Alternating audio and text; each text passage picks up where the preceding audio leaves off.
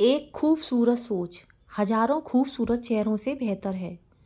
इसलिए अपने जीवन में हमेशा ऐसे इंसानों को चुनो जिनकी सोच, जिनके विचार चेहरे से ज़्यादा सुंदर हों।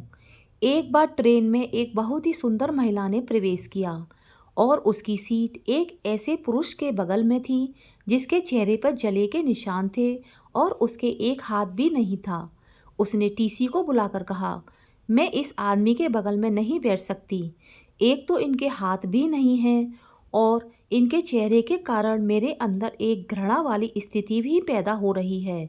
उस पढ़ी लिखी एजुकेटेड दिखने वाली महिला को देखकर, उसकी सोच को देखकर टीसी भी हैरान था। उसने इधर उधर नज़र दौड़ाई पर कोई सीट खाली नहीं थी। उसने महिला से इंतज़ार करने को कहा।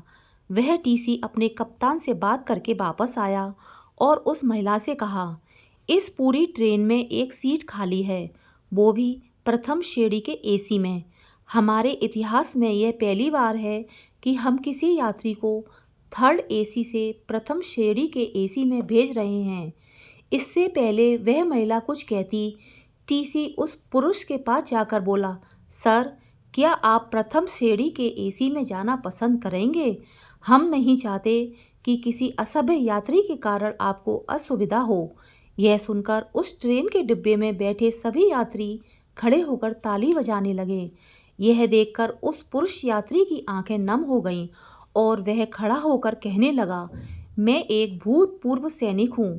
एक बम विस्फोट में मेरा एक हाथ चला गया और मेरा चेहरा बुरी तरह झुलस गया। थोड़ी देर पहले जब इन बहन के शब्द मैंने सुने तो मेरे मन में आया, क्या ऐसे ही लोगों के लिए मैंने अपनी जान जोखिम में डाली थी। लेकिन जब आप सब लोगों का ऐसा अच्छा व्यवहार, ऐसे खूबसूरत विचार अपने लिए देखे तो मुझे अपने ऊपर गर्व महसूस हुआ। मैंने अपने देश और अपने प्यारे देशवासियों के लिए अपना हाथ खोया। यह कहकर वह प्रथम श्रेणी के एसी कोच में चले गए और वह महिला शर्मिंदा होकर बैठ गई। अगर आपके विचार और आपकी सोच ही खूबसूरत नहीं है तो सुंदर चेहरा किस काम का।